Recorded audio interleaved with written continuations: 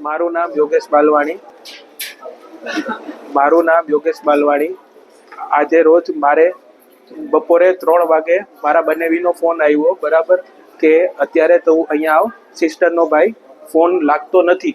અને એક શંકાસ્પદ માણસ રમેશભાઈ કરીને છોકરો છે, એણે એમ કીધું છે કે તારી ઘરવાળીએ દવા પી લીધી છે. એટલે હું ધરારથી ફટાફટ ગયો. મને ખબર નહોતી, કારણ કે અમને લાગ્યું કે એ અમને ધમકી આપવા માંગે છે. અમે પહેલા હોટલે ગયા, સત્યમ હોટલે અમે ગયા. સત્યમ હોટલના રૂમ નંબર 9 છે, બસ સ્ટેન્ડ પાસે આવેલી છે. રૂમ નંબર 9 છે, તો અમે સત્યમ હોટલે ગયા. સત્યમ હોટલ વાળાએ અમને ડાયરેક્ટ રૂમ નંબર 9 ખોલી દીધો. તો રૂમ નંબર 9 કાંઈ નહોતું. પછી અમે એ ભાઈને કીધું કે આ છોકરી આ નામ છે ક્યાંય, તો એણે અમને બીજા રૂમમાં મોકલો.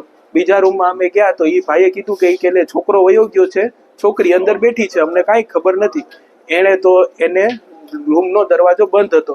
રૂમનો દરવાજો ભાઈએ બીજી માસ્ટર કી એની ચાવી ખોલી, તો અમે ખોલ્યો. દરવાજો ખોલ્યો, પલંગ ઉપર એક બેગ પડ્યું હતું. બેગમાંથી અમે અત્યારે ખબર પડી તો એમાંથી પૈસા નીકળી ગયા છે. પૈસા ઓછામાં ઓછા 15,000 થી 20,000 રૂપિયા હતા. એના પછી અમે અંદર ગયા તો આખા રૂમમાં દવાની સ્મેલ આવતી હતી, ખરાબ. અમે ત્યાં જ બી ગયા. પછી અમે અંદર ગયા તો રૂમમાં કઈ નહોતું. સામે જેને બાથરૂમની જગ્યા છે, બાથરૂમનો દરવાજો બંધ હતો. બાથરૂમનો દરવાજો અમે બહારથી ખોલ્યો તો ડાયરેક્ટ મારા બેનના મોઢામાંથી ફીણ નીકળતા હતા. એટલે અમે બી ગયા. અમે ડાયરેક્ટ 108 ને ફોન કર્યો. 108 નું આવે ત્યાં સુધી અમને બીક લાગી તો અમે ડાયરેક્ટ રિક્ષામાં બેહાડી, ધરારથી કાઢીને, સત્ય મોટરના માણસોને અમે બધા ભેગા થઈને. તો ત્યાંથી અમે ગયા અને અમે ડાયરેક્ટ 108માં જવાની તૈયારીમાં કરી. તો 108 નો આવી તો અમે ડાયરેક્ટ પહેલા ત્યાંથી નીકળવા ગયા અને અમે 108 ને મળી છેલ્લે અહીંયા ત્રિમૂર્તિ હોસ્પિટલ પાસે, વીઆર ફળદુની ડેટી છે, ત્યાંથી અમે અહીંયા આવ્યા તો અમારો કેસ ફેલ હતો. પછી કેસ ફેલ થયા પછી જે પહેલે શંકાસ્પદ માણાનો ફોન હતો, મેં એને ફોન કર્યો, રમેશ કરીને, જે રમેશ ચૌહાણ છે ને એને.